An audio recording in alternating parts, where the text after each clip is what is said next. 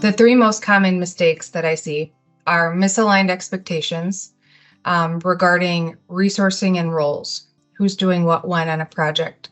I like to say that implementations are a partnership, so expect that your team on the client side is going to be doing as much work as our team on the partner implementation side. The second most common thing is, and it was hard to rank these as far as what was top, they're all kind of evenly seen. But coming into the project with a hard deadline pre-established, without aligning that expectation and feasibility with your implementation partner, that will certainly add risk, because as your implementation partner, we're going to try to meet that date, but it may have not been the optimal date to optimize the success of the implementation. And the third most common mistake kind of encompasses a larger area, and that's change management and business processes in general. So just realizing that your end users, they have a full-time day job, and this project implementation is going to be like a part-time job to them. So understand that it's going to take some time for them to get used to it.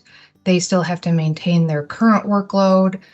Make sure we're setting deadlines and expectations in the schedule to allow them some breathing room, and also allow some pre-work time for them to really think through their workday and understand the key critical requirements needed for the software at go live, and to gather any examples that they have, and especially reporting examples. Coming into a project with misaligned expectations regarding resourcing and roles, the biggest suggestion that I would have to mitigate risk around that is understanding that implementations are a partnership. So there's going to be an equal role to play on each side. The customer is going to have an equal role specific to what they're able to bring to the table, and the implementation partner is going to have an equal role as far as the expertise they're bringing about the system specifically. So understanding those roles and the effort and time that is necessary to make the project successful is going to be key. The second largest mistake that I see in implementations is when a client comes to the table with a pre-established expectation of when they want to go live, or that it is a non-negotiable.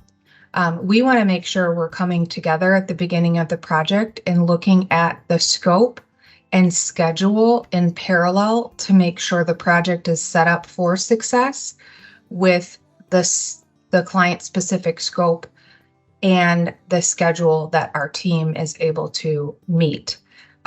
We certainly don't want a date that is given that doesn't set the project up for success. We want it to be a collaborative decision on when we can come together for a go live that is optimizing the chances of success for all parties involved, especially the customer.